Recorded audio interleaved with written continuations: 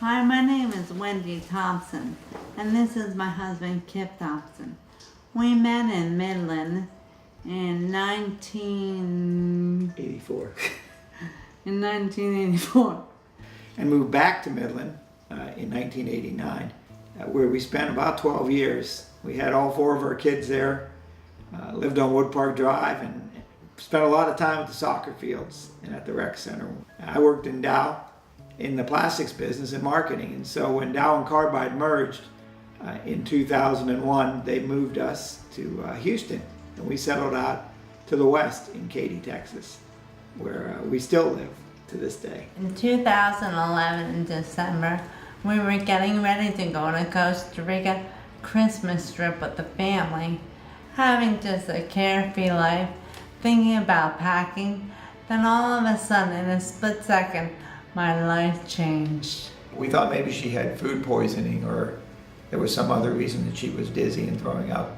But pretty quickly we realized it was much more serious than that. She lost her ability to speak and even was having trouble hearing.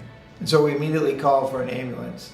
That was one of the many ways that we felt God was watching out for us. We drove by 4 or 5 hospitals on the way to the medical center downtown.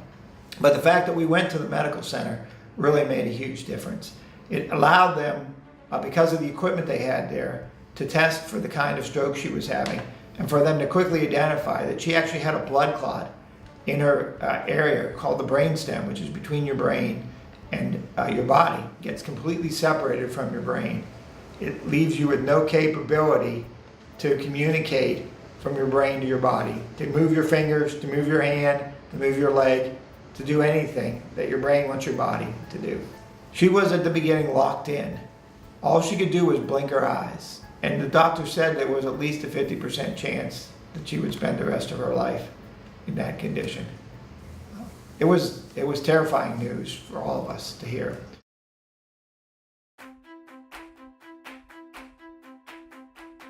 But throughout that, we knew we were never alone. We had friends helping us, praying for us, taking care of our kids. Quickly it became apparent that Wendy was too much of a fighter to let this condition stay as it was. She began to be able to move slightly parts of her body, and she started down the road to recovery. Family and friends really helped us. One thing I remember was that 3 months after my stroke, they organized a race for me, and they got me pink shirts that said Team Wendy.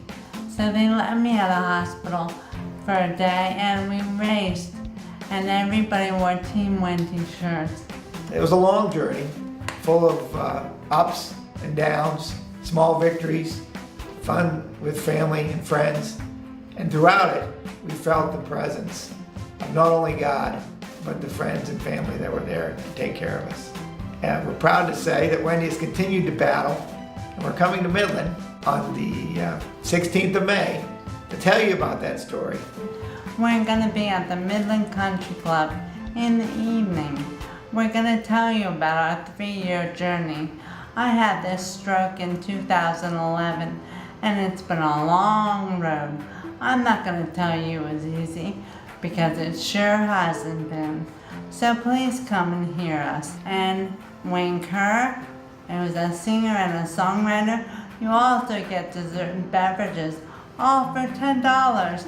Through hope and courage, family and friends, Wendy was able to overcome this setback and move from being locked in to being unlocked.